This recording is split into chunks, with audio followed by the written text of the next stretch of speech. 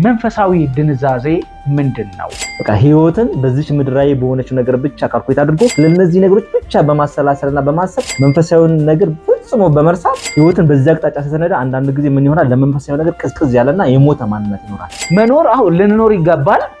ስንኖር በምቾት ማንም መኖርን የሚጠላ የለም። ግን ምቾታችን ጌታን እንዳይሸፍንብን ልንጠነቀቅ ይገባል። ግን አብዛኞቻችን ከመንፈሳዊ ነገር ስንጎልና መንፈሳዊ ድንዛዜ ስንገባ የምንታየው በጣም ተራ በሆኑ ነገሮችና ኮምፎርት ዞኖቻችን ናቸው። አንዳንዶቹ ነገሮች እኮ የህይወትና የሽረት ጉዳይ ላይ ሆኑ ይችላሉ።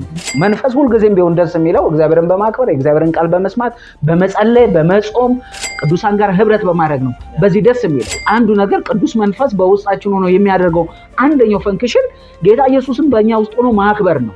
ደግሞ እኛን ወደ ክርስቶስ ማሳደግ ነው። በእኛ ውስጥ ሆኖ ደግሞ ጌታ ኢየሱስ ክርስቶስ እንዲመጣ ማስናፈቅ ነው። በጣም አደገኛ በጸሎት የማይወጣ ድንዛዜ የትምህርት ድንዛዜ። ሰው በትምህርት ከደነዘዘ ያን ትምህርት በትምህርት ካላወጣው በስተቀር ወይ በተሻለ ዕውቀት ካላወጣው በስተቀር በምንም መልኩ ከዚህ ድንዛዜ ውስጥ መውጣት አይቻልምና በቃ ከእግዚአብሔር ዙፋን ስር በርከክ ማለት አለበት። በቃ ጌታ ወይ እርዳኝ፣ ከዚህ ነገር ነፃ መውጣት ፈልጋለሁ።